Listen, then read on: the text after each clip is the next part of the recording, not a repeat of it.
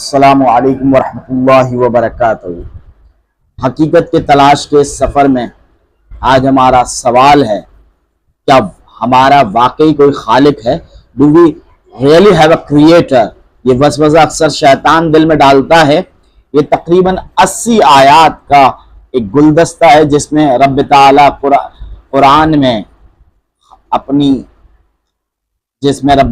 قرآن میں اس سوال کا جواب بخود کلام کرتے ہوئے دیتا ہے۔ یہ تقریباً 80 آیات کا گلدستہ ہے جس میں خالق کائنات خود اس سوال کا جواب دے رہا ہے۔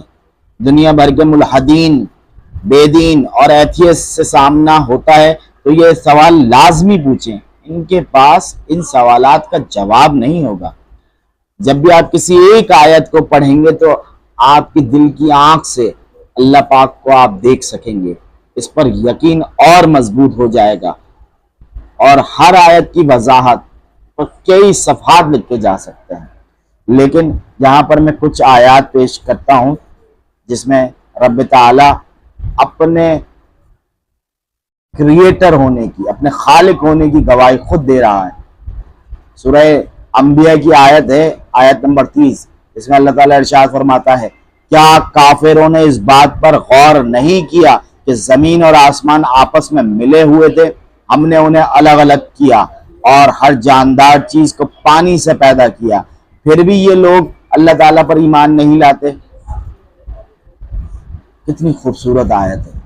ایک دوسری آیت ہے، سورہ نمبر ہے 28، آیت نمبر 88، اس میں اللہ تعالیٰ ارشاد فرماتا ہے، اور اللہ تعالیٰ کے ساتھ کسی دوسرے کو مت پکارو، کسی دوسرے معبود کو مت پکارو، کیونکہ اللہ کے سوا کوئی معبود نہیں، اللہ کے سوا کوئی معبود نہیں، اس کے سوا ہر چیز فنا ہو جائے گی، حکم اسی کا چلتا ہے، تم سب اسی کی طرف لوٹائے جاؤ گے۔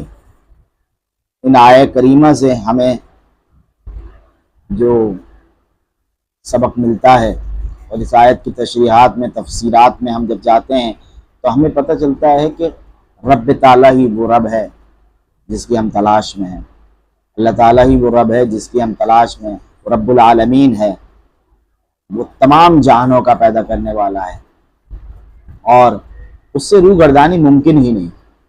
یہ ہواؤں کا چلنا، بارش کا برسنا، سورج کا نکلنا، چاند کا نکلنا، یہ سب رب تعالیٰ کے بنائے ہوئے نظام کے تحت چل رہا ہے۔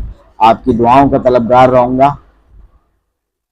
میرے چینل کو سبسکرائب کیجئے، ویڈیو کو لائک کیجئے۔ جزاکم اللہ خیرہ۔ السلام علیکم ورحمۃ اللہ وبرکاتہ۔